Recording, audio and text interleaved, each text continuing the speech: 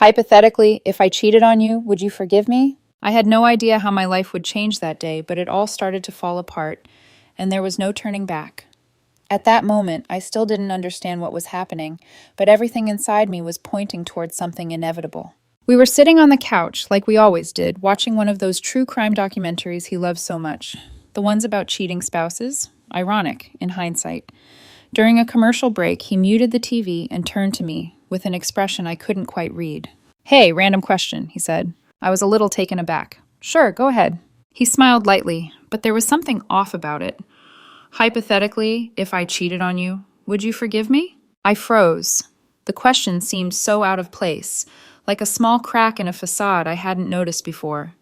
"Why would you ask that?" I replied, trying to dodge the question, but deep down, I knew something was wrong. "It's just the show got me thinking," he said, brushing it off with a nervous laugh, one I'd heard before. The same one he used when he dented my car and tried to blame it on a shopping cart. A small, nervous laugh to deflect. "No hesitation?" I asked, my heart already pounding faster.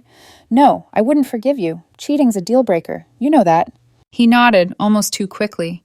"But what if it was just once, and I was really sorry?" "Still no," I answered, suddenly feeling the weight of the moment. He waved it off. "Just a question. No big deal." He unmuted the TV, clearly hoping the conversation was over. But I wasn't done. I couldn't shake the feeling that the question wasn't hypothetical at all. It was too calculated, too specific.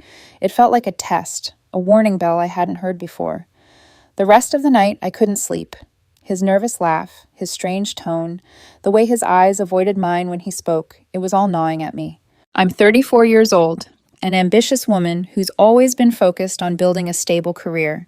I met him when I was 23, at a mutual friend's barbecue. He wasn't the kind of guy I usually went for, but there was something about him that felt right. He was gentle, always making me feel protected, and I believed that our love could overcome anything. We got married after 3 years of dating. Our marriage wasn't perfect, but I thought our love was strong enough to withstand any challenges. He had a steady job, and he was always the attentive husband I'd imagined. We shared quiet moments together, but slowly life lost its sparkle. I'm not the type of woman to care much for material things, but I do enjoy the simple pleasures like going out to dinner at our favorite restaurant or taking a short vacation once a year. These moments meant a lot to me because they were how we stayed connected. But gradually, I realized that these gestures became less frequent. He wasn't the same as before, and I began to feel the distance between us. Especially during significant moments, he'd find reasons to be absent or indifferent. Every time I needed him, he was either caught up with work or spending his nights elsewhere. When you've been with someone long enough, you start to notice even the smallest shifts in behavior, and I was beginning to notice the cracks. They were subtle at first, but over time, they became more noticeable. The turning point for me was when I started to feel the weight of being emotionally distant from someone I was supposed to share everything with. There were signs I couldn't ignore anymore. Every time I tried to connect, there was an invisible wall between us. It wasn't like before. As time went on, I noticed things started to feel off between us. It wasn't one big moment, but a series of smaller ones that piled up, building tension I couldn't ignore. His late nights at work became more frequent. When he was home, his attention was elsewhere. His phone, his computer, anything but me. I'd ask him about it, but the answers were always vague, always a little too rehearsed. I started to notice how he would act strangely when I'd ask about his day. It wasn't like him to shut down, but I couldn't shake the feeling that something wasn't right. And then there were his friends, his male friends, who had never been very warm toward me. It felt like they were giving me the cold shoulder, like they knew something I didn't. I tried to dismiss it, thinking it was all in my head, but the nagging feeling wouldn't go away. One evening I asked him, "Are we okay?" He looked at me with an unreadable expression. "Of course. Why wouldn't we be?" It was his tone that unsettled me. It was too flat, too dismissive, as if the question didn't matter to him at all. I started doubting everything, the conversations, the laughter, the moments we shared. Could I have missed something? Were these just small issues that every relationship goes through, or was there something more? At first, I tried to push it all out of my mind. Maybe I was just overthinking it. Maybe it was just stress from work, or maybe I was being paranoid. But then, one day, I saw him texting someone in the other room. I wasn't snooping, just walking by when I noticed the name. It wasn't one I recognized. His tone was different, more familiar than he'd ever been with me. I went back to the kitchen, trying not to think about it. But it stayed with me, gnawing at me, until I couldn't help but replay every moment that felt off. Every word he'd said that didn't add up. Every glance he'd given me that seemed distant. And that's when I realized something was happening. Something was already happening. It all came to a head one evening when I walked into the living room to find him sitting on the couch, staring down at his phone. He didn't notice me at first, and I saw an unfamiliar text notification pop up. My heart raced. I didn't want to invade his privacy, but something told me I had to know what was going on. I didn't make a sound. I just walked over, leaned in, and saw the name, Gym Buddy. The text read, "Can't wait to see you tonight." My blood ran cold. I had seen that name before, months ago, but I didn't think anything of it then. Now, seeing it again, it hit me like a ton of bricks. Without thinking, I grabbed his phone, holding it in front of him. His face immediately changed. "What are you doing?" he asked, his voice tinged with panic. "I need to know what's going on," I said, barely holding myself together. "Who is Gym Buddy, and why are you texting him like this?" He froze. The panic in his eyes was unmistakable. "It's nothing," he said quickly, almost too quickly. "It's not what you think." "Then explain it to me," I demanded, my voice trembling. He didn't say anything, he just stared at me. I could feel the silence in the room, thick and suffocating. My hands started to shake as I realized the truth that had been staring me in the face all along. "Is this about us? Have you been seeing someone else?" I couldn't stop the words from tumbling out. He didn't answer. He just stood up and walked away, leaving me in the middle of the room, holding his phone. The weight of the situation crashed down on me, and I felt the ground beneath me begin to crumble. I stood there, staring at his phone in my hand, heart racing. The silence in the room was deafening, and all I could hear was the rush of my own breath. My mind was a whirlwind, and everything felt surreal. How had I not seen this coming? Had I been so blind, so trusting? It wasn't just the text or the secret name. It was the overwhelming sense of betrayal that I could feel deep in my chest. I walked into the kitchen and sat down, trying to steady my breathing. The sharp ache in my throat wouldn't go away. It was like my body was trying to catch up with my mind. I kept replaying everything, his distant behavior, the late nights, the odd texts, and all the little moments I had ignored. Had I not been paying attention? Was I at fault for not recognizing the signs sooner? I closed my eyes, trying to clear my head, but all I could see was the image of him, the man I had shared everything with, laughing and smiling with someone else, a woman who wasn't me. I felt sick to my stomach. Minutes passed, and my body was still trembling. My hands were clammy, my mind racing with 1,000 questions. What was I supposed to do now? Should I confront him again, or should I leave? Before I could decide, he walked into the room, his face tense, but there was something different in his eyes. Fear. Maybe he had finally realized that the life we'd built together was on the verge of unraveling. "I can explain," he said, his voice shaky. "Explain?" I repeated, my voice barely above a whisper. "What is there to explain? You've been hiding this from me for months. How long has this been going on? Was I just a fool believing in us? Did you even care about me at all?" He took a step toward me, but I held my ground. "You've already made your choice," I said, my voice steady, but inside I was breaking. "It's not about explaining. It's about everything you've done that I never saw." I couldn't look at him. Every word felt like a sharp knife cutting deeper. It wasn't just the affair. It was the years I had invested, the trust I'd given him, the future I thought we'd share.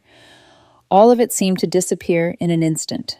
"I'm sorry," he said, but the words felt empty, rehearsed. "I made a mistake. It was a mistake." "A mistake?" I asked, my voice breaking. 4 months of lies and cheating is a mistake? You've been planning this for months, and now you're calling it a mistake?" "I didn't want to hurt you," he pleaded. "I was confused. I thought—" "Stop," I interrupted. "I don't want to hear it. You don't get to confuse me like this and then beg for forgiveness. It's over." The finality in my voice shocked both of us. I felt the tears well up, but I didn't let them fall. I wasn't going to let him see me break. Not like this. Not after everything he'd done. I stood up, walked toward the door, and didn't look back. The next few days were a blur. I couldn't think straight. Every time I tried to focus on something, my mind drifted back to the phone, the texts, his face. His apologies felt hollow. And the more he tried to explain, the more I realized how little his words meant. He was just trying to save himself, not us. And I wasn't going to let him drag me into his mess. The following morning, his mother called. The conversation was brief, but the judgment in her voice was unmistakable. You're just going to throw everything away over one mistake? You don't understand marriage, you don't understand love, she said. I understand more than you think, I replied, my voice calm but firm. I understand betrayal, lies, and the weight of someone breaking their vows. I understand that I deserve better than this. I hung up, not giving her the chance to respond. I had already had enough. This wasn't just about him, it was about me, my future, and what I was willing to accept. I was done being the one to forgive, to make excuses. Later that day, I spoke to my lawyer. I needed to understand my rights. The house was in both of our names, but I had contributed significantly more financially, something I hadn't realized would matter until now. The reality of the situation was sinking in fast. Divorce wasn't just about separating. It was about rethinking everything, about protecting myself and making sure I didn't lose everything in the process. As the days dragged on, I started to feel the weight of the betrayal more and more. The text messages, the photos, the lies, they all piled up. I started taking action. I documented everything, every message, every picture, every word. I needed evidence, not just for the divorce, but to remind myself that I wasn't the one at fault here. He had made his choices, and now he had to live with them. By the time he came home, I had already started packing. Not everything, just the essentials for now. Enough to get by while I figured out what came next. My hands moved methodically as I folded clothes, packing them neatly into a suitcase. There was no room for emotion now. It was all about survival. I left a note on the kitchen counter, not out of cruelty, but because it was the only way I could express what had been building inside me for days. Hypothetically, if you've been cheating on me for 4 months with someone saved as gym buddy, you might want to call him for a place to stay tonight. Your bags are in the guest room. I'll be at my brother's until you're gone. Sincerely, your emotionally unavailable wife. The following days were a blur of emotions I couldn't quite process. I felt like I was floating, detached from reality. The note I had left, the confrontation, it all felt like someone else's life. How did it come to this? How had I gone from loving and trusting him to this cold, calculated action of sending him away? I stayed at my brother's place for the next few days. It was quiet there, a place where I could breathe without the heavy weight of his presence. But the emptiness inside me was unbearable. Every time I thought of him, of us, I felt a mixture of sadness, betrayal, and disbelief. How had I been so blind? How had I missed all the signs? My phone didn't stop buzzing. Text after text from him. What the hell is this note about? You went through my phone? This is insane. We need to talk. You can't just kick me out of my own house. The messages piled up, one after the other. I didn't respond. I didn't want to talk to him. Not now. Not when everything felt like a lie. I had already talked to my lawyer. I knew I couldn't legally kick him out. But I also knew that I didn't need to be there. This wasn't just about our house. It was about the life I had been living, the marriage I thought I understood, and it was crumbling before my eyes. On the third day, I decided to go back to the house. I couldn't keep running. I needed to face this head on, to confront the reality of what was happening. When I walked in, I could smell his cologne, that familiar scent that once made me feel safe. Now it felt suffocating. I started packing his things. I didn't want to be the one to leave. This was his mess, not mine. His clothes, his shoes. Everything I touched felt like it had been tainted by his lies. But it wasn't just the physical items that hurt.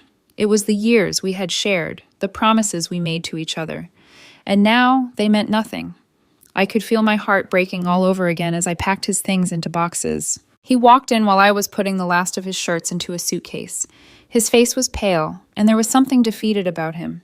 He took a step toward me, but I didn't stop what I was doing. Please, he said, his voice cracking. Can we just talk? I don't want to talk, I replied, not looking at him. There's nothing left to say. Don't do this, he pleaded. We can fix this. We can... No, I cut him off. You can't fix this. Not anymore. I could see the tears welling up in his eyes, but I didn't feel sorry for him. I didn't feel anything except the weight of all the lies he'd told, the years of pretending, the promises broken in secret. This wasn't about him anymore. It was about me reclaiming the pieces of my life he had stolen from me. I'm done, I said, my voice steady. You made your choice, and now I'm making mine. It wasn't until the next day that I finally found the strength to move forward. I had spent the entire night thinking about what I needed to do. The emotional toll was immense, but I knew I couldn't keep living in the past. I had to be strong. I had to take control of my own future, no matter how hard it seemed. I took a deep breath and called the lawyer. The divorce papers were being prepared. I was taking the first step to finally let go of the man I had once trusted with my heart. He would no longer have control over me, emotionally or legally. Later that afternoon, I walked into the living room to find him sitting there, looking exhausted. There was nothing left for us to discuss. The betrayal had cut too deep, and I had already made my decision. He looked up at me with a mixture of fear and desperation. "You're really going through with this?" he asked. "I don't have a choice," I said quietly. "You made sure of that." "I never wanted to hurt you," he whispered, his voice breaking. "I don't care about your excuses anymore," I replied firmly. "I'm done. And so are you." I stood up, walking out of the room with my head held high. I didn't look back. For the first time in a long time, I felt a sense of peace, even in the midst of all the chaos. I was taking back my life. I was stronger than I had ever realized. The days that followed were both chaotic and strangely liberating. There was a certain weight that lifted off me, but it was quickly replaced with the cold reality of everything that had been torn apart.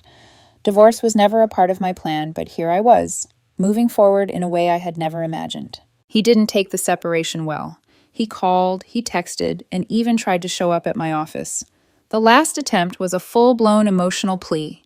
He stood there holding a coffee cup, eyes wide and desperate, pleading with me to come back. "I've blocked him," he said, referring to his affair partner. "I swear I'm done with everything. I can't lose you." I had no patience for his words anymore. "You don't get to fix this with promises," I replied, my voice unwavering.